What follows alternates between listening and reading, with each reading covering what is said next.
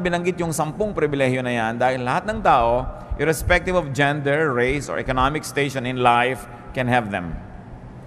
May mga ilan-ilan na may kulang-kulang, kung minsan hindi ka nakakaamoy, hindi ka nakakakita, pero hindi naman pwedeng wala lahat yung 10 na yun sa isang tao.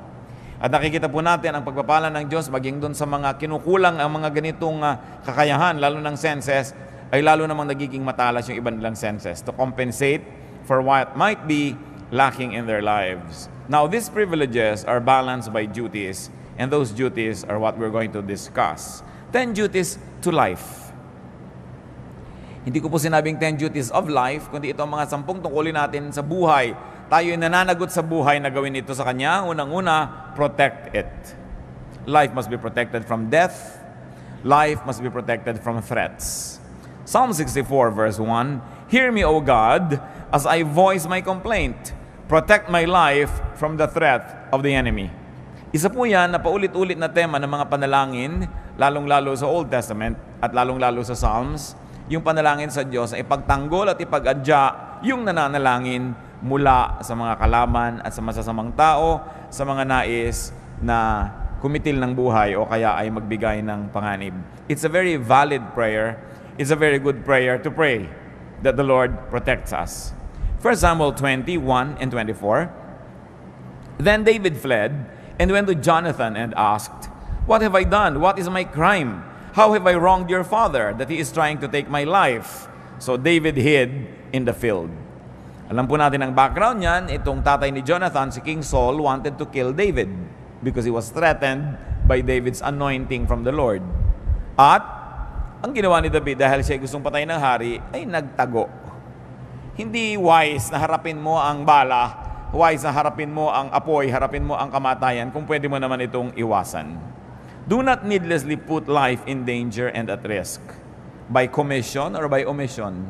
Meaning by doing something that endangers your life or by omitting doing something that can protect your life. Marami pong mga kumisan, mga sports hindi na necessary. Sobrang threat sa buhay. Maraming mga libangan, maraming ginagawa ang tao. Inilalagay ang buhay na parang taya sa isang sugal na pwedeng sa isang saglit lamang ay maglaho ang buhay na ito. Hindi ganyan ang ating dapat ginagawa sa buhay. We've got to protect it. At bakit po natin pinag-uusapan itong mga obvious naman na ito? Sapagkat sabi nila ang paalala ay gamot sa taong nakalilimot. Kung minsan nalilimutan din natin that we are needlessly putting our lives in peril, under threat, in danger. Kahit sa mga bagay na pagpaputok lang kuitis, kung minsan ang buhay mo pala napapanganib. Kung minsan yung hindi pagjejeta sa pagkain ng mga bawal, hindi mapigil-pigilan ng katakawan, yung pala nanganganib na ang kalusugan ng isang tao. Sa pag-neglect na mag-medical check-up, may ipang-papa-medical check-up naman, pero nineneglect, pinapaurong-urong, lumalala ang mga sakit. This is needless dangers that we allow to enter our lives. Another duty to life is to edify it, to lift it up to ever-escalating heights and meaning and value. Hindi tayo nabubuhay para maghanap buhay. Naghahanap buhay tayo para magkaroon ng buhay. Dapat ang paghahanap buhay, isa lang po yan na kasangkapan, props ng buhay, para magkaroon tayo ng kailangan natin na pera o kaya ay kabubuhay para magkaroon ng tunay na buhay. Ang buhay ay hindi hinahayaang mapanis. Yung nandyan na lamang at hindi na umasenso, nabulok na lang, inanay, umatras. Ecclesiastes 1:13, I devoted myself to study and to explore by wisdom all that is done under heaven. So si Solomon, mayaman na, hari na, sinika pa mag-aral. Yung mga iba naman, gumraduate pa lang ng college, sabi, tapos na ayoko na magbubukas ng notebook ulit kahit buong buhay ko, hindi na ako magbabasa uli ng libro. Ang utak po ng tao, habang ini-stretch, lalong lumalaki. Pero parang sikmura rin yan. Pag palaki ng palaki kinakain mo, palaki ng palaki yung tiyan mo, mas marami ka nakakain. Pero subukan mong konti yung kinakain, lumiliit din yung tiyan nyo, nag-a-adjust. Ganon din yung brain. The more information, the more knowledge you process, the more capable your brain becomes. Pero pag pakonti ng pakonti ang iniisip niyan, pakonti ng pakonti ang mga nilulutas, lumiliit din ang utak. Meron po mga nakakausap tayo sa buhay na nakakabobo. Pag lagi siyang kausap nyo, mabobobo kayo. Meron tayong mga ginagawa na nakakabobo. Pag yun ang ginagawa mo, mabobobo ka. Kaya kailangan lagi ka may iniisip na ibang gawin so that your brain will continue to expand, so that it would be enriched with knowledge and therefore with the accompanying wisdom. Luke 12:23. Did we read Ecclesiastes 1:13? I devoted myself to study and to explore by wisdom all that is done under heaven. So, ganun ang ginawa ni Solomon. And Luke 12:23, life is more than food, and the body more than clothes. So, yung katawan, hindi lang yung katawan Yung katawan, instrumento para may marating yung nakatirang espiritu doon. Pag katawan mo lang ang mahalaga sa buhay, you don't get it. That the body is only a tool so that the spirit that lives in it can evolve and can become the great spirit that it is destined to be. So, ganun din yung pagkain, buhay, hindi lang para kumain, ay buhay ka na. Tapos aantay ka ng umaga, pag umaga, antayin mong gumabi, pag gabi, inaantay mo mag-umaga, ganun na lang, naubos na lang yung buhay ng papaganon. We've got to go beyond the basics, we've got to go beyond survival level. Kaya kalaban po ng tunay na espiritualidad, ang sobrang karukahan, ang sobrang kahirapan. Kasi very, very poor people are not able to move on because they're just too busy surviving. May narinig kong kanta ni Madonna, sabi niya, I will not go to heaven, I will not be an angel because I'm too busy surviving. Sabi nung kanta niya. There is some truth in it because when people are just too busy trying to survive, they will not be able to evolve into the refined personalities that they should be. Kaya kahit edad, nilalampasan para magkaroon ka ng lalong credibility. At kung bata ka pa at may credibility ka na, kailangan ipakita mo yon at lagi mong patunayan.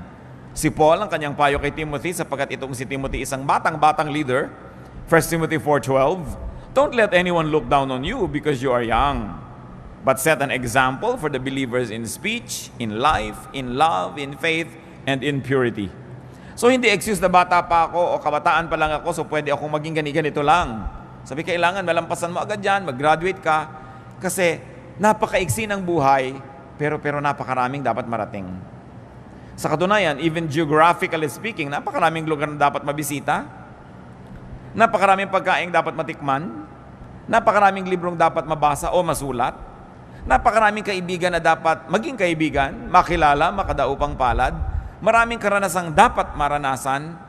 Pero kung umikot na lang ng umikot ang iyong buhay sa the same karanasan every day to the point that you're bored, then you are cheating God who created life. And sadly, you are cheating yourself. Ang buhay dapat laging may bagong nararanasan, may bagong nalalaman, at may bagong mga applications na nalalaman at naia-apply sa buhay. Another duty to life, beautify it. Make life lovelier, nicer, more pleasing to the body, to the soul, to the spirit. Diyan nga magaling ang mga Filipino magpaganda ng isang bagay, ng isang lugar. Pag nakakita ka ng isang babae na yung buhok niya, hindi lang tinalian, yung tali niya, may mga paru-paro, may mga bola-bolang umiikot-ikot, nag-glow-glow in the dark. Filipina yun. No, yung sari-sari ang nakalagay sa ulo. Hindi lang tinalian para huwag galawan yung buhok. Decorative pa, beautiful. Si Solomon, na napakatalino, anong ginawa niya? Ecclesiastes 2:4-8. I built houses for myself and planted vineyards. I made gardens and parks and planted all kinds of fruit trees in them. I made reservoirs to water groves of flourishing trees. I bought male and female slaves and had other slaves who were born in my house. I also owned more herds and flocks than anyone in Jerusalem before me. I amassed silver and gold for myself and the treasure of kings and provinces. I acquired men and women singers and a harem as well, the delights of the heart of man. So niya, name it, I had it. Ginawa ko. At hindi maliit na bagay na siya tinawag na matalino. Ang lahat dapat makita ng mata, tiningnan niya. Ang lahat dapat matikman ng labi, natikman niya. Ang lahat dapat mahigaan ng likod, hinigaan niya. At hindi lang ba siya nabubuhay, meron pa siya mga singers. Ngayon, madali yan maglagay ka lang ng iPad, magpatugtog ka ng cassette dyan o video, may tugtog ka na. Pero noong araw, kailangan pa ng mga live orchestra, nilalagyan. Bakit po nilalagyan ng musika ang buhay? Kasi nagpapaganda yan. Bakit nilalagyan ng kulay ang buhay? Kasi nagpapaganda yan. That's why the eye is able to see many shades of colors. That's why we can appreciate various shades of temperature. Lamig o init, Merong gusto mo kinakain mo na maligamgam, pero merong gusto mo talagang nagbabaga sa init, merong gusto mong nagyayelo sa lamig. And all of that are experiences that human beings were designed by God to explore and to enjoy. So beautify your life. Yung bahay nyo, maliit man, pagandahin. Ang gulo-gulo, ang dami-daming kalat, ang lihim lang yan, marami ka lang kahon. Paglalagay mo lahat sa kahon. Diba? Hindi nakasaburay-ray dyan sa bahay mo lahat ang bagay-bagay. No? Hindi yung ang gulo-gulo. Hindi kailangan ka maging mayaman para maging maganda ang kapaligiran. Nakikita natin kung minsan kahit mga dukha ng mga tahanan, mga lata-lata, nilalagyan ng konting bulaklak, namumulaklak, gumaganda. Beautify your life. Decorate your life. And you know, one of the best decorations of a house are the good friends that visit it. Kaya maganda yung nadadalaw ka, dumadalaw ka. Beauty means balance, symmetry, harmony. Mamamahay na rin lang kayo, linisan na, gandahan na. Magbibihis na rin lang kayo, gandahan nyo na. Kahit naman anong pagsabasamahin yung kulay, pwede, pero ba't hindi nyo lagyan ng harmony?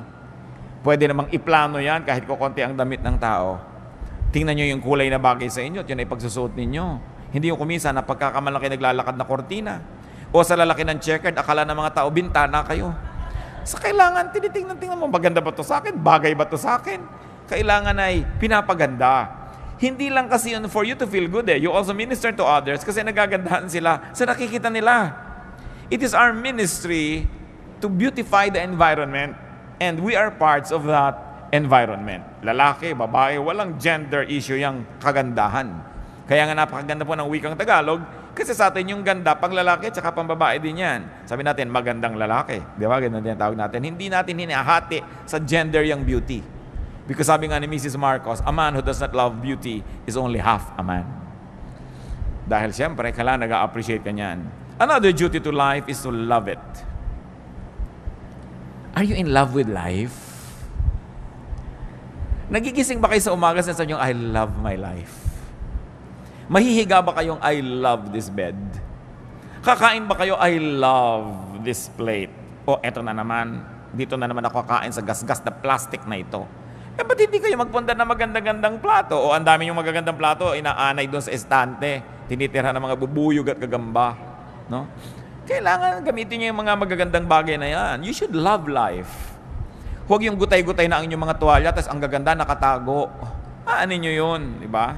Kailangan gamitin yun. Meron naman kahit tayo hindi mayaman, meron tayo niya magagandang tuwalya, mga pang-derby na mga bedsheet. Gamitin ninyo yan. Kasi pag pinagagamit nyo yan, nakita ng Lord na magagasgas na, makukulangan na, papalitan niya. Kaya kung minsan hindi pinapalitan, hindi naman ginagamit nakareserba. May reserba ka pa, gamitin mo. Subukan mo ang Diyos. Kasi alam nyo kung bakit. Ang Diyos mahilig sa maganda. God is God of beauty. Titingnan mo ang nililikha niya, mga bato, ang mga dahon, ang mga halaman, pati mga hayop, ang gaganda. Kaya napakalaking kasalanan na pangit. No? Ngayon, yung pangit, hindi ibig sabihin natin ganito ilong mo, ganyan ang buhok mo, pangit ka. No, there's no such thing. Because all human beings were made by God. So, ano man buhok mo, tuwid o kinky, lumalakad man yung suklay pag inilagay mo, o ayaw lumakad. Pag may pumasok na insekto sa loob, di makawala. Maganda ka pa rin dahil Diyos pa rin ang gumawa ng kulot na buhok. Ang point lang, maganda ba yung gupit mo? Bagay ba naman yung ginagawa mong ayos sa iyong sarili? Hindi pinag-uusapan yung height. Anong ginagawa mo sa katawan mo? Pinapabango mo ba yan? Pinapakinis mo? Love life. Kaya alam niyo po, kitang-kita niyo pag ang isang may bahay ay ganado. Pati ang niluluto niya, iba. May mga konti pang dekorasyon. Hindi ba sa inihagis na yung 3 tuyo doon sa, para naka-cross-cross na tuyo doon sa ibabaw ng mesa, wala ba ka-arte-arte?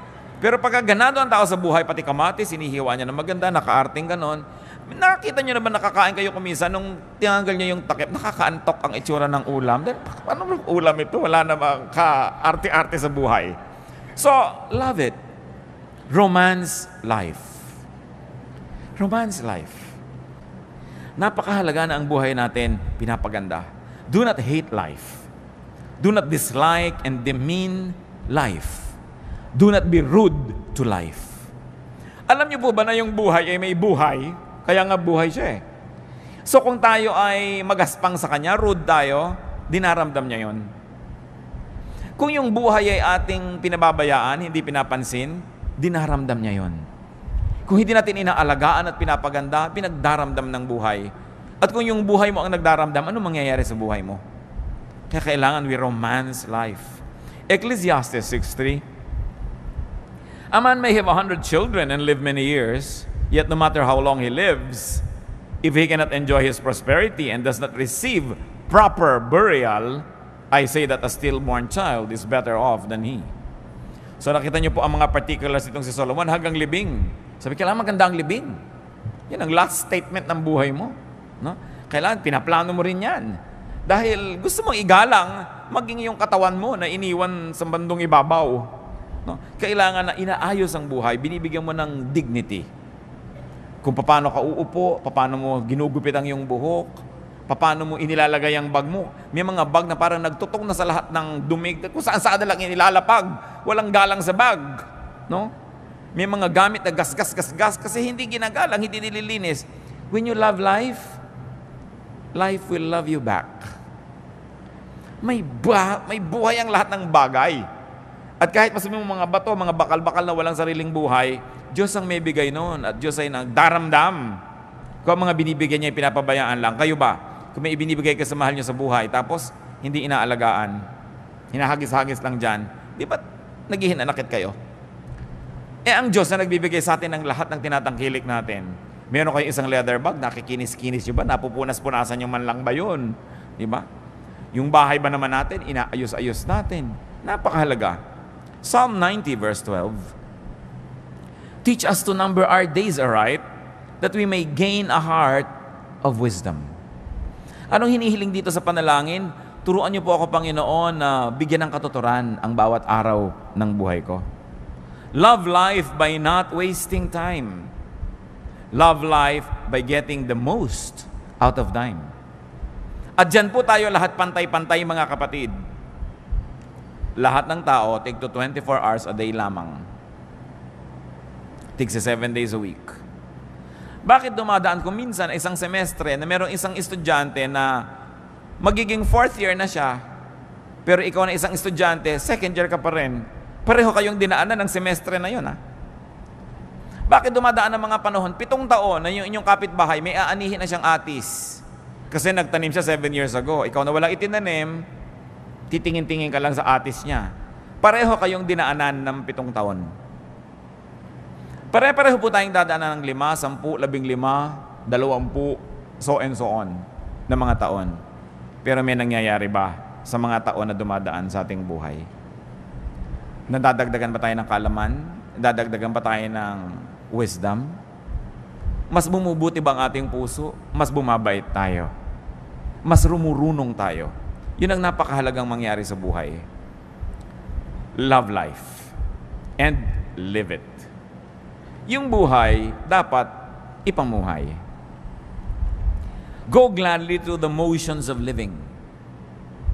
Ano ba yung mga motions of living? May mamamatay, may mauospital, may ooperahan, may dadalawin, may mangungutang, may sisingilin, may babayaran, may papakinggan, meron kang sasabihin. These are the motions of life. The activities and the rituals, both great and small, of living. Kakain ka, maghuhugas ka ng plato, mamamalengke ka, ililigpit mo mga pinamili mo. These are the motions of life. Ginagawa nyo lang ba yan dahil dapat gawin? Ginagawa na rin lang, mga kapatid, enjoy it. Naghihiwa na rin lang kayo ng manok. Di ba? Alam mo yung nag-enjoy humiwa ng manok, walang nababaling buto sa hita. No? Dahil alam niya kung saan niya hihiwain. In fact, gagawin lang na kamay niya, bali ang buto. No? Pero yung mga ibang tusok-tusok yung buto, durug-durug, wala yata sa mudang nagputol ng manok na ito. No? By the way, ang galing ng mga Pilipino magputol ng manok, ha? Meron isang batang lumaki sa Amerika nung nagbalik bayan dito, sabi niya, I didn't know that a chicken could be cut up so many pieces. Talagang ganyan dahil maraming kakain. No? Naparami talaga ang manok. Daig ng mga ginang dito sa Pilipinas sa mga surgeon. No? Pagpaparami ng ulam.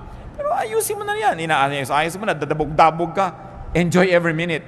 Because if you work for 1 hour or 2 hours, may nililinis ka, hinuhugasan mo yung mga balat ng talaba, o kung ano man yan, at nagdadabog ka, nainis ka, kapatid, ikaw nalugi nun dahil may dumaan na isang oras na hindi mo na-enjoy at hindi na babalik ang oras na yun kahit kailan. Kaya lagi kong sinasabi sa mga magulang ng mga bata, enjoyin nyo na mga anak nyo. Yung para kayong puno na laging sinasampa ng anak nyo, pagdating ng araw, ni ayaw niyang makita kayo kasama sa mall. No? So habang laging nakasama, isama ng isama, laging pabuhat ng pabuhat, buhatin. Hindi laging ganyan yan. Dumadaan ang panahon. Mabuti na yung walang pinagsisisihan. Ecclesiastes 9, 7-10, Go eat your food with gladness and drink your wine with a joyful heart. For it is now that God favors what you do. Always be clothed in white and always anoint your head with oil. Enjoy life with your wife whom you love all the days of this meaningless life that God has given you under the sun, all your meaningless days. For this is your lot in life and in your toilsome labor under the sun. Whatever your hand finds to do, do it with all your might. For in the grave where you are going, there is neither working nor planning, nor knowledge, nor wisdom. Sabi niya, gawin mo na lahat. Gawin mo with feelings. Mag-aayos ka ng bulaklak, sinaksak mo na lang bigla doon sa baso yung mga bulaklak. Gandahan mo. Diba? Magtitiklop ka ng kumot, hindi pantay-pantay yung mga sulok. Gandahan mo. Isasalansan mo ang mga tuwalya sa cabinet. Gandahan mo. Sabi gano'n, para lahat ng ginagawa mo, meron kang satisfaction. Tuwang-tuwa ka. Nag-enjoy ka sa buhay. Do not just exist. Live. Have a life. Have excitement. Have passion and feelings. Yung kakain kayo ng sopas ang lamig-lamig, mas gano'n na ba kahirap initan yan? Lagi na lang, hoy, huwag ka na magdagdag ng hugas yung plato. Dito tayo kakain sa tansan. Ano ba naman, napakahirap namang kumain sa tansan. Tapos ang chopstick mo, toothpick. Para madali ang paghuhugas. Mano bang humabahaba ng konti ang paghuhugas nyo? Nag-enjoy naman kayo sa maganda nyong hain. Lagyan ng kulay ang buhay. Yung mga ganong tao, pag nananaginip sila, alam nyo, black and white ang panaginip. Dahil walang buhay eh. Go gladly through the stages of life. Nagiging bata tayo, nagiging kabataan, nagiging young adult, nagiging mga senior, lahat yan maganda. Kung tayo tumatanda na, don't hang on needlessly to youth because there is enjoyment that is unique, no, to those who are advanced in years. 1 Corinthians 13:11, when I was a child, I talked like a child. I thought like a child. I reasoned like a child. When I became a man, I put childish ways behind me. So may panahon ng lahat. May panahon. Hindi ikinakaila yung edad. Lalo mga Kristiyano, magunos dili kayong birthday. Ilan taon na po kayo? Hindi masabi pag above 50. Dapat very, very gladly you say. Dahil maraming tao hindi nakakaedad na mamatay na. So bawat edad na nadadagdag sa isang buhay ng tao, pinagdiriwang yan, ipinagmamalaki, no? Ipinagpapasalamat, hindi inililihim. Bakit nakakahiyang umidad? This is foolishness. We should be grateful. Every added year is grace from the Lord. Job 14:1-2, man born of woman is of few days and full of trouble. He springs up like a flower and withers away. Like a fleeting shadow, he does not endure. Nakita nyo ang pagpapakita ni Job kasi noong mga panahon yun, may problema siya eh. Niya, buhay, mahirap yan, maiksi, sasandali. And it's true. Bakit ngayon sasayangin ang sasandaling buhay? So be a child, be a youth, be an adult, all in its right time. And another duty to life, which is very much related to what we're saying, is enjoy it. Hindi komo ang isang tao ay makadiyos, ayaw niya mag-enjoy. Ito ang dapat ituwid. Akala nyo ba, pag religyoso ka, walang enjoyment. Puro mga parusa sa sarili, puro pag-aayuno, puro pagtitiis, puro pagtitipid. Enjoy life. Ecclesiastes 8:15, so I commend the enjoyment of life. Because nothing is better for a man under the sun than to eat and drink and be glad. Then joy will accompany him in his work all the days of the life God has given him under the sun. Remember, nagsasalita si Solomon na nagtrabaho ha. Sabi niya, I planted vineyards, I made orchards, I made reservoirs, I made houses. Kaya din siya nag-enjoy ng pagkain niya, ng pagpapahinga niya. Pero kung wala kayong ginagawang gano'n, tapos puro enjoyment, hindi rin yan balance. Enjoyment is earned. Ecclesiastes 10:19, A feast is made for laughter, and wine makes life merry. Sabi ganon, magpakasaya kayo. Basta hindi nyo nililimot ang Diyos. Sabi niya, young man, enjoy your life. Just remember that you will face God and you will give an account. Ibig sabihin, huwag mo kakalimutan na may Diyos. Nag-enjoy ka. It's from God. Pero be responsible for the kind of enjoyment that you have because there's going to be accountability also. Life is far from perfect. Don't cry over spilled milk, sabi nga nila. Marami na siguro kayong gatas na naligwak, juice na natapon. Baka naman hanggang ngayon, ipiniiyak nyo pa, tama na. Merong nasayang, pinanghinayangan nyo sandali, tapos tama na, get on with life. Tama na mga sisihan, tama na ang panghihinayang, yung mga if only, if only, if only. Tanggalin nyo na sa inyong lengguwahe mga kapatid yung if only. Kung natapos ko ang aking pag-aaral, yung mga ganyan, if only, pinag-aral ako. Hindi ka nga pinag-aral eh. Anong gagawin mo? Magngungungoy-ngoy ka buong buhay. Di kung gusto mo mag-aral ka ngayon, kung hindi, gumawa ka ng ibang magagawa. Huwag kang laging sisihin yung magulang mo. If only mayaman kami. If only 5'10" ang height ko. If only maputi ako. If only ganyan. Walang mangyayari. Palitan natin yung if only ng napakaganda lalong 2 words, next time. Sabi niya, next time. Kung ikaw ba naman ginawa mo, next time. Dapat ganitong ginawa mo. Tapos na mo, next time, we'll do it. Maganda yun. Dahil meron namang next time eh. Do not wallow in misery. Do not be possessed by regrets. Tama na ang panghihinayang at lalong-lalo na tama na ang pagsisisi, pagsisisihan, paninisi sa kapwa at sa sarili. Do not be possessed by sadness. Do not be possessed by mourning and fear. Because all of this will rob you of your happiness. Kailangan yan, sisitatin natin. Lahat ng mga nasayang na, pero habang lagi niyong iniisip, patuloy pa rin nagiging sayang. So dapat ibahin ang attitude. Be free, be reachable, be available. Because the enjoyment of life is usually amplified when it is shared with others. Kaya dapat reachable ka rin. You allow people to reach you and you reach out to people and you're also available. Time is one of the greatest gifts we can give to people and to ourselves. Napaka-importante. Tigilan nyo ng mga kapatid yung may patay, tinatamad kayong pumunta. Pagkatapos ting makikita nyo yung namatayan, 5 taon ang napakanda ulit-ulit, pinapaliwanag nyo pa ba't di kayo nakapunta sa lamay. Diba? Yung may kasal, tinatamad kayong pumunta na lang kayo kaysa yung kutakot-takot na excuse ang ibibigay mo, ipinaghinanakit pa nung tao, nung yumaman, di ka nabalatuhan kasi wala ka nung kasalan. No? So, yung mga katamaran ko minsan, naranasan nyo na ba yan na gusto nyong pumunta pero tinatamad kayo? Pero nung nagpunta na kayo, nung pauwi na kayo, you were glad you did it. Because you know you did the right thing. Nakiramay kayo, dumalaw kayo sa may sakit, nakipaglamay kayo sa may patay, nakipaglibing kayo, sumama kayo sa party. Sino nga ba na interesado sa mga debu-debu na yan, nakakaantok na yung 18 roses at 18 candles? Gusto mo nang sabay-sabay nyo nang ibigay yan ang matapos. Dahil yun lang naman debut at yung nanay niya nag-e-enjoy, lahat ay bagot na bagot. No? Pero umaten na rin kayo kung wala rin lang kayong gagawin sa bahay at nagmumukmuk lang kayo doon. Napakaraming kalungkutan nangyayari dahil ang dami nating free time.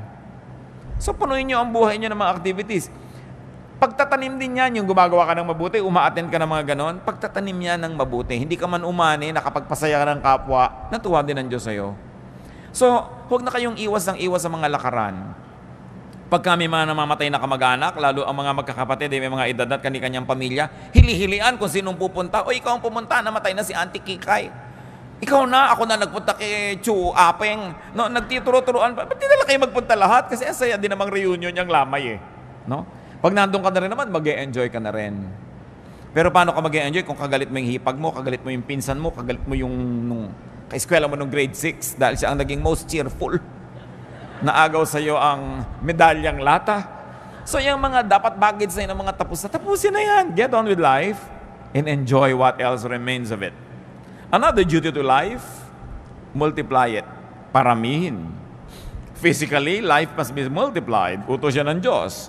Genesis 8:17, bring out every kind of living creature that is with you, the birds, the animals, and all the creatures that move along the ground, so they can multiply on the earth and be fruitful and increase upon it.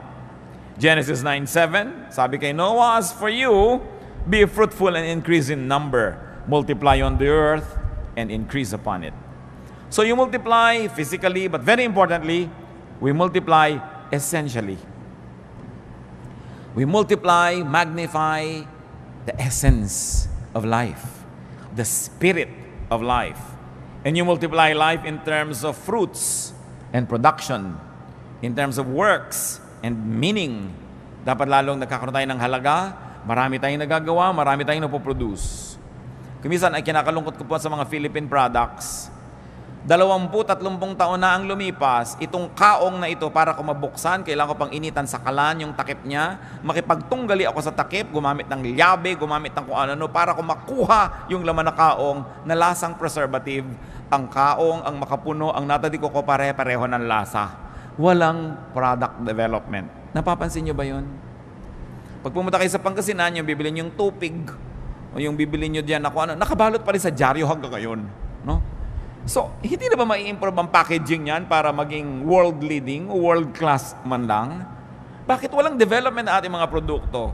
Papangit pa nga yung iba, yung dating bukayo na nyugang nakakain mo ngayon, kusot na yata yung laman. Umaatras pa. Pero alam nyo, sa tao nangyayari rin yan. Ano ba naman itong taong to? Nung huli ko itong makita, wala itong topic, kundi yung asawa niya. 3 years later, asawa pa rin niya ang topic. Wala nang iba. Yung ang repertoire mo, napaka-limited. May mga tao po ganyan, ang 3 lang alam na topic. Ang kanyang asawa, ang kanyang apo, at ang kanyang mataas na blood sugar. Napakalaking pagdurusang makatabi mo ang taong ito kahit sa ang lupalop ng mundo kasi yun ang topic nyo. Wala nang iba. So pansinin nyo mga kapatid, baka kayo yun. Yung iniiwas-iwasan na kayo ng mga tao dahil pag-uusapan na naman namin ito, yung cholesterol niya. Yung, wala nang alam na topic kundi ganyan. Kailangan pinapalaki ang mundo, pinapalaki ang repertoire, pinapalaki ang performance mo para mas enjoy ang mga tao, mas enjoy ka rin. Isaiah 54:2, enlarge the place of your tent. Stretch your tent curtains wide. Do not hold back. Lengthen your cords. Strengthen your stakes. Ang ganda ng metaphor tungkol sa tent. Ang pinag-usapan yung lubid na humihila doon sa mga gilid ng tent at yung mga tukod niya na nandun sa gitna para huwag matumba yung tent. Sabi, tibayan mo yung tukod, habaan mo yung mga tali, haltakin mo yung mga tent mo. In other words, palakihin mo ang iyong mundo. Kung di nyo ma-spell nung araw yung Mississippi, 20 years later, hindi nyo pa rin ma-spell. May problema kayo sa buhay. Diba? Insecure kayo sa pronunciation ng mga nakikita nyo sa mga French menu sa restaurant. Diba? Hindi nyo alam kung ano ba ito, hors d'oeuvres ba ito? Hindi natin alam, hors d'oeuvre pala ito o kung ano man. Ba't di nyo pag-aralan? Kabisaduhin nyo lang, hindi kayo kailangan magkabisa ng more than 20 French words, mabubuhay na kayo sa restaurant. Diba? Pero lang ito lang, hindi ko alam ito i-pronounce, ayokong pag-usapan yung mga bagay na yan.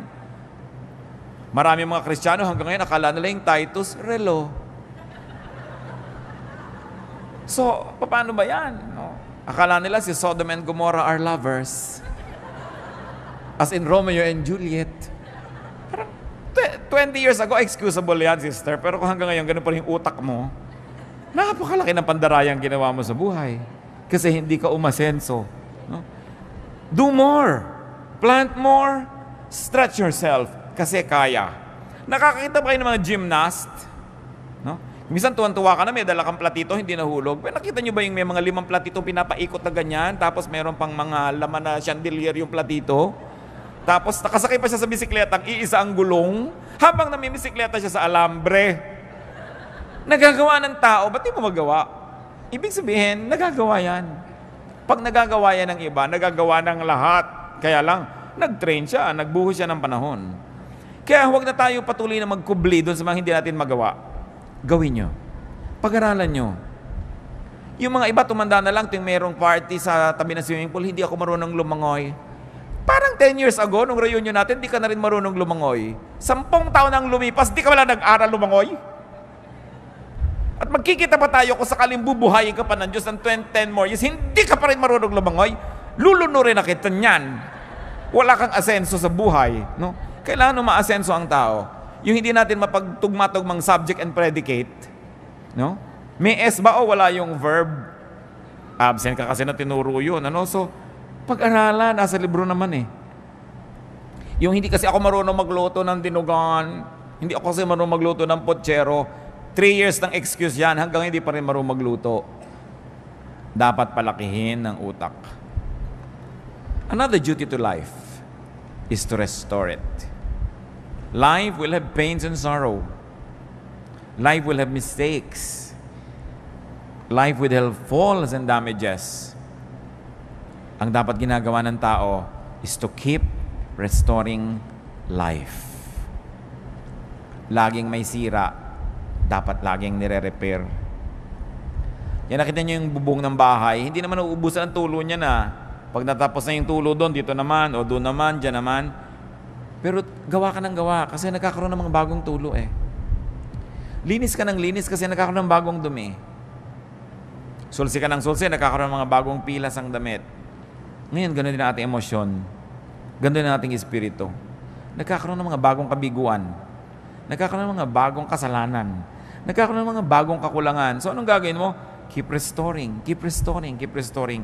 Because life is really like that. Psalm 103 verse 14, God knows how we are formed. He remembers that we are dust. Diyos man, naaalala niya, alabok nga pala ang tao. So, hindi ka na rin laging pinaghahanapan. Pinagpapasensyahan ka, pinapatawad. Ganon din dapat ang ating policy sa ating sarili at sa ating kapwa. Kung nakakasala, ihingi ng tawad sa Diyos. At kalimutan na. Tama na. 1 John 1:19, if we confess our sins, He is faithful and just and will forgive us our sins and purify us from all unrighteousness. Mga mag-asawa lalo na, sigurado magkakaroon ng pagkukulang asawa nyo sa inyo. Ang nagtatagal lang, yung nagpapatawaran. Nagpatawad kayo. Kung nagkamali ang asawa nyo, talaga namang makapilas-pilas ng pusong pagkakamali. No? Parang gusto niya na talagang uminom ng lason, tumalon sa dagat, pasabugin ng lahat ng granada sa loob ng inyong tiyan, sa sama ng loob nyo. Ano magagawa nyo? Nangyari na. Lalo tumihingi naman ng tawad, patawarin nyo na. At kung pinatawad nyo na, huwag nyo na ungkatin. Tapos na. Tama na. Get on with life. Yung minsan kayong nasaktan, tama na, pero yung inuungkat nyo yan, yung hinuhukan nyo yung bangkay ng nakaraan, masasaktan kayo muli. Gusto nyo yun? Lagi nasasaktan?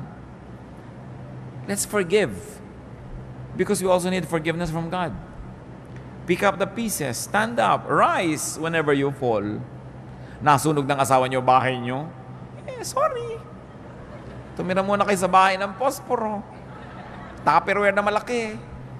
Anong gagawin nyo? Papatayin nyo siya, di nawala na kayong bahay, nawala pa kayong asawa. Doble nawala. Nangyayari yan eh. Damay-damay tayo. Yung mga mahal mo sa buhay, may gagawin pagkakamali, sinasadya mo o hindi, nadadamay ka. At ganoon din naman eh, may gagawin din tayo, madadamay din yung iba. Part of life. So sabi ni Solomon, be wise. Learn how to live. Kaya sabi niya, enjoy, enjoy, enjoy. Kasi sabi niya, may mga moments, kahit gusto mo, hindi pwede mag-enjoy. May mga moments, gusto mong kumain na masarap, wala kang pera. So pag may pera ka, may gana ka, kumain ka na.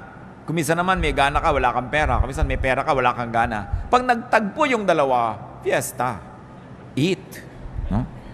Sabi ko noon, pagka nagkataon na masasaya kayo, lahat mag-enjoy kayo, magsaya kayo. Hindi yung eto yung asawa mo, sayaw tayo, darling. Ayoko sumayaw. Mag-aral ka sumayaw. Huwag kang killjoy sa buhay. Ayoko na. O kaya, pakakantahin ka, kanta ka. Ayoko. Nung mahawakan ng mic, ang 17 ko po kaawitin. Hindi na maawat. No? Huwag kayo laging pakipot ng pakipot, ayaw ng ayaw sumali. Akala mo mababawasan ng dangal, bababa sa dambana kung gagawa ng mga kabaduyan sa buhay. Do this. Life has so much breadth and width and length that it must be enjoyed. Allow yourself to be restored and allow others to be restored as well. I think one of the great achievements of life is this.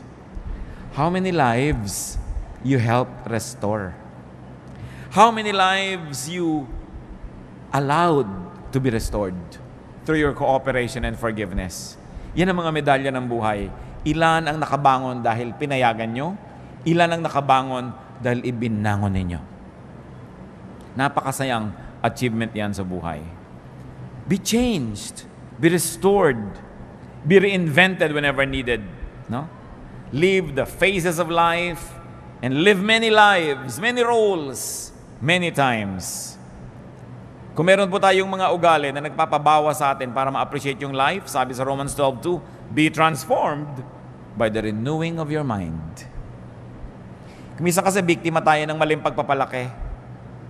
Pero pag na-realize na natin na mali yun, di talikuran natin yung mali na yun, itama natin yung buhay. Lalong-lalo kung may ugali kayong mahirap kayong makasama, may ministration kasi tayo sa kapwa eh. Kung minsan enjoy na enjoy yung pamilya, nakikita yung mukha nyo pagkahaba-haba, pati enjoyment nila nababawasan. Ikakasal yung anak nyo, naninimangot kayo dahil ayaw nyo sa manugang nyo. Diba? Hindi naman kayo magwawagi, huwag na kayo nakikipag-contest sa manugang. Hindi kayo magwawagi, promise. So makiko-operate na lang kayo. Be wise. No? Kaya napakahalaga na natututo tayo sa mga karanasan ng mga nauna sa atin. Alam nyo na sityabeke ninyo, inaway yung manugang, pati anak niya, lagalit sa kanya, tapos gokopihin nyo na naman ngayon yun. Yung mga manugang naman, alam nyo na nahihirapan yung asawa nyo dahil ayaw nyo maging submissive sa nanay niya. Marami na kayong nakitang ganun, kukopihin nyo na naman, nagiging impyerno yung buhay nyo. Hindi naman tayo kinakapos sa mga halimbawa sa paligid natin. Bakit kinokopya pa natin yun? Yung mga magulang na saksakan ng dadamot sa anak, saksakan ng mga susungit, nakita na natin ang masasamang effect. Tapos kayo na naman, inuulit nyo na naman yun, sungit-sungit nyo na naman. We should learn from many lives that are lived around us so we can save on the tears and the agony. Be transformed by the renewing of your mind. Mga kapatid, kung honest po tayo mismo ang nakakaalam ng mga pangit nating ugali. Lahat ng tao may masagawang ugali. Ang totoo nga, isa yan sa mga katotohanan ng buhay na maraming tao talaga masama ang ugali kesa sa mabuti ang ugali. Diba? Ngayon, ang tingnan natin, masama ba yung ugali ko? Ano ba yung masama sa ugali ko? Paano ko ito ayusin? Huwag natin laging tingnan yung ugali ng iba. Sabi nga, tapat ko, linis ko. Diba? Ugali ko, bago ko. Hindi ako Chinese ako. So, ang point is, tapat ko, linis ko. Diba dapat yan? Ang dali-daling maisip yun. Nakikita natin, ang dami-dami mga Chinese Filipinos umaasenso sa buhay kasi masisipag. No? Tapos ang gusto naman ng iba ngayon, hold upin at kidnapin dahil umasenso. Ang sisipag kasi. Tapos ikaw tatamad-tamad, tapos gusto mo umasenso ka. Learn from many people. Kung may hinahangaan ako sa mga Filipino-Chinese, sipag talaga. Most. Hindi naman lahat, pero kadalasan talaga magaling. Masipag, matyaga. Kaya may nararating sa buhay. Hindi pag may konting pera, party, may konting pera, gastos. Kailangan maraming tayong production. What else do we do with life? Share it. Share life. Share livelihood. Share food and good things. Share blessings. Hebrews 13:16, and do not forget to do good and to share with others. For with such sacrifices, God is pleased. Damihan mong tanim mo para marami kang maipamigay na bunga. Galingan mong hanap buhay mo para marami kang maitulong sa mga nangangailangan ng tulong, hindi lang para sa sarili. 1 Timothy 6:18-19, command them to do good, to be rich in good deeds, and to be generous and willing to share. In this way, they will lay up treasure for themselves as a firm foundation for the coming age. So they will take hold of the life that is truly life. Share. At ika-10, gawin kaya natin 20. Pero 10 na lang muna. What do you do with life? Sanctify it. Make it holy. Dedicate it to God. Dedicate your life to a high calling, to a noble purpose. Hindi lang basta mabuhay at mamatay at mailibing, magkaroon ng katuturan sa kaharian ng Diyos. Magkaroon ng halaga sa tingin ng Diyos at ng kapwa. 2 Timothy 2:21, if a man cleanses himself from ignoble use, he will be an instrument for noble purposes, made holy, useful to the master, and prepared to do any good work. Kung ang tao lang daw ay tatalikdan ang walang kakwenta-kwentang uri ng pamumuhay at lilinisin niya ang kanyang sarili mula sa karumihan ng walang kalatoy-latoy na pamumuhay, siya ay gagamitin ng Diyos para doon sa mas mga makabuluhan na uri ng pamumuhay. So there's a cleansing that we must do. There's a departure that we must do from ignoble use. Yung walang kakwenta-kwenta, nagkakaroon ng kwenta kung ating itatalaga sa Diyos. 1 Peter 1:15, but just as He who called you is holy, so be holy in all you do. In Galatians 2:20, the life I live in the body, I live by faith in the Son of God, who loved me and gave Himself for me. 1 Corinthians 10:31, so whether you eat or drink or whatever you do, do it all for the glory of God. Huwag kakalimutan ng Diyos sa equation. So kahit ka pala kumakain, umiinom, nagsapasarap, you can still glorify God. Hindi masama yun. Lalong-lalo kung nagsishare ka. Kakain ka na masarap, nagsishare ka sa kapwa. Kakain ka sa restaurant, napakasawa kayo buong pamilya, o order ka na isang putahe, ibigay mo sa waiter, nang iuwi niya sa pamilya niya. O order ka na ibang putahe, iabot mo doon sa mga makita mo sa daan na hindi kumakain. You glorify God by having good food. Kasi hindi mo lang sinarili. Marunong ka mag-share sa buhay. Napakahalaga po to sanctify our lives. Ang buhay ng tao galing sa Diyos, babalik sa Diyos, kailangan nagbibigay luwalhati sa Diyos sa anumang ginagawa natin. So give to life, and it will give back to you. Love life, and it will love you back. Enjoy life, and let your life enjoy you. Diyos namin sa langit, salamat po sa buhay. Salamat po sa maraming pagkakataon na kami ay magkaroon ng kahulugan. Salamat sa maraming bagay na maaari naming malasap, maranasan, ma-enjoy sa buhay na ito. Patuloy mong ibukas ang aming isip, Panginoon, kung naghahadlang kami sa sarili namin at sa kapwa namin para mas maging maganda ang buhay nila. Turuan niyo po kami. Napahalagahan ang buhay na ito. Bigyan ng kahulugan, kabanalan, kasiyahan. Malasap namin ang dapat lasapin ng isang taong tumatanggap ng regalo ng buhay mula sa inyo. Pakita niyo po sa amin ang aming mga asal, ugali, mga attitude, Panginoon, nakakahadlang para ang buhay ay maging maganda. Bigyan mo kami ng bukas na mata na ma-appreciate namin ang aming kapwa, Lord, na nag-aambag ng malaking bagay sa aming buhay. Turuan mo kami, Lord, to show gratitude to people who are instrumental for us to have a better life, better attitude and points of view. Maging mapagpasalamat kami sa inyo at sa mga kasangkapan nyo na nagpapaganda ng aming buhay. Humihiling kami, Panginoon, na siyasatin niyo po kami ngayon. Mga kapatid, habang lahat ay nakayuko, meron po akong mga taong naisip panalangin. Mga tao na sa tingin nyo ngayon, parang yung buhay nyo, parang hindi nyo maintindihan kung ba't kayo nabubuhay. Meron kayong confusion, parang sayang yung buhay nyo, hindi kayo nag-enjoy, parang may bara para yung blessing dumaloy sa buhay nyo. Para hindi nyo makita yung magandang dahilan para mabuhay.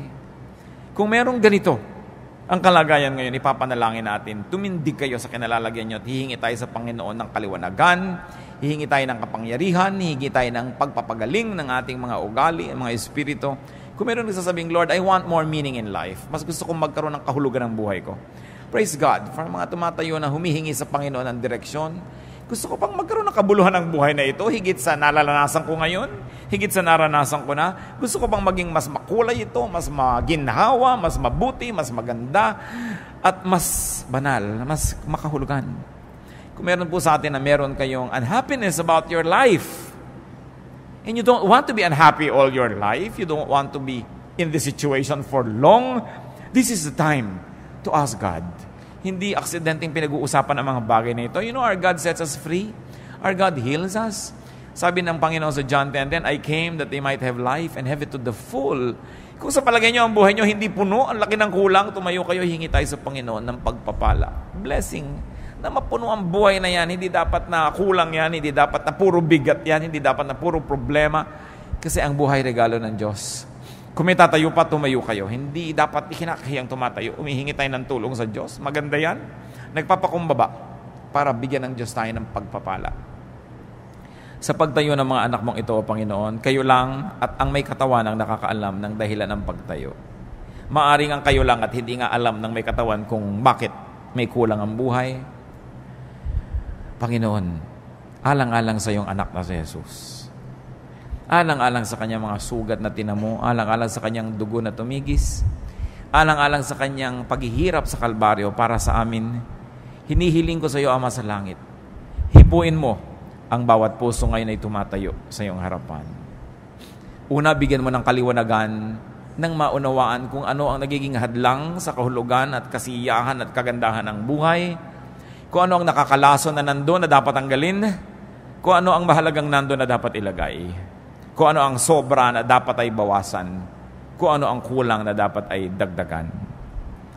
Ngayon din, Panginoon, sa sandaling ito, hinihiling namin, hipuin niyo po ang puso, ang isip ng bawat isang nangangailangan ng kaliwanagan. Ipabatid niyo kung ano ang dapat gawin. Kung ano ang dapat tigilan, kung ano ang dapat simulan, kung ano ang dapat improvein pa. Hinihiling ko, Panginoon, alang-alang kay Jesus, punuin mo ang mga pusong ito ng kagalakan, ng kahulugan. Bigyan niyo po, Panginoon, ng kulay, ng saya, ng musika. Bigyan niyo, Panginoon, ng ganda ang mga buhay na ito. Kayo ang nakakaalam kung ano ang kulang na siyang magpupuno, ipagkaloob niyo. Napakayaman niyo at di niyo ipaghihirap na tugunin ang pangangailangan ng iyong mga anak. At dinadalangin namin, Panginoon, ang mga kapatid na ito ay magkakaroon ng malinaw na isip, maiwasan ang mga dapat ng iwaksi sa buhay. At nawa, Panginoon, kung ito ay may kinalaman sa pag-uugali, ituwid mo ang aming mga ugali nang walang maging hadlang para dumaloy ang iyong pagpapala.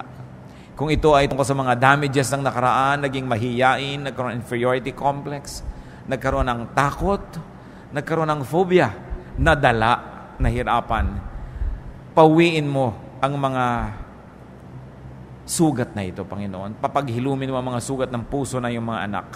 At huwag ka mag-iwan ng anumang bakas.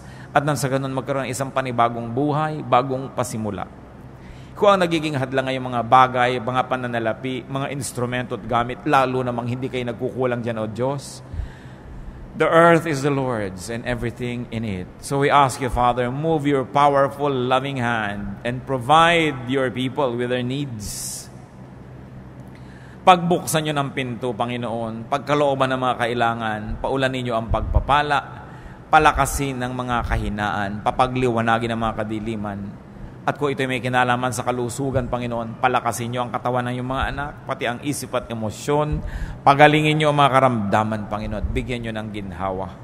Ano man yun, O Diyos, sa napakaraming maaring dahilan na nagiging hadlang para makita ang ganda ng buhay. Maaring walang kaibigan, walang kapartner sa buhay, maaring may mga kasama na nagpapahirap ng loob. Panginoon, ano man ito, kayo ang magturo ng bawat hakbang na dapat gawin ng iyong mga anak upang mapalaya ang mga sarili sa iba't ibang mga piitan at mga kulungan na ito, upang malagot ang iba't ibang mga tali at tanikala na naggagapos sa iyong mga anak. Bigyan mo, Panginoon, ng sigla yung mga matatamlay. Ang mga mahiyain, bigyan mo, Lord, ng self-confidence. At kung may mga mangmang at mga kamangmangan, punuin mo kami ng karunungan. Turuan mo kami, Lord, to be studious. Turuan mo kami, Lord, na mag-aral at nang sa ganun huwag kami maging bihag ng kamangmangan habang panahon. At bigyan mo ang Panginoon ng iyong mga anak na mga tutulong, magpadala ka ng mga tao at mga anghel na gagabay, tutulong, mag-aadya sa masama. At nang sa ganun, sa maikling buhay na ito na inyong ipinahiram sa amin, malasap namin ang lubos ng iyong pag-ibig.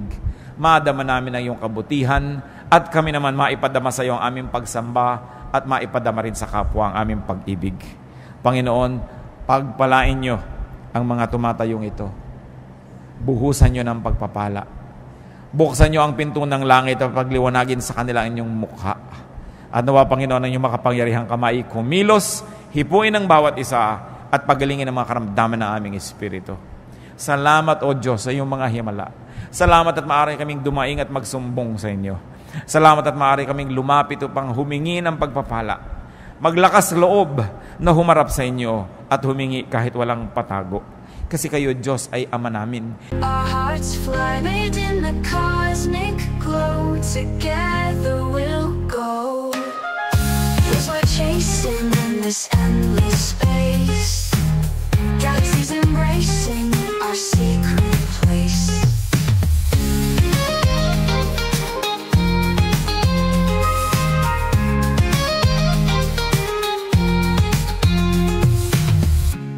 Strings hum with a starry embrace. Melody so clear, guiding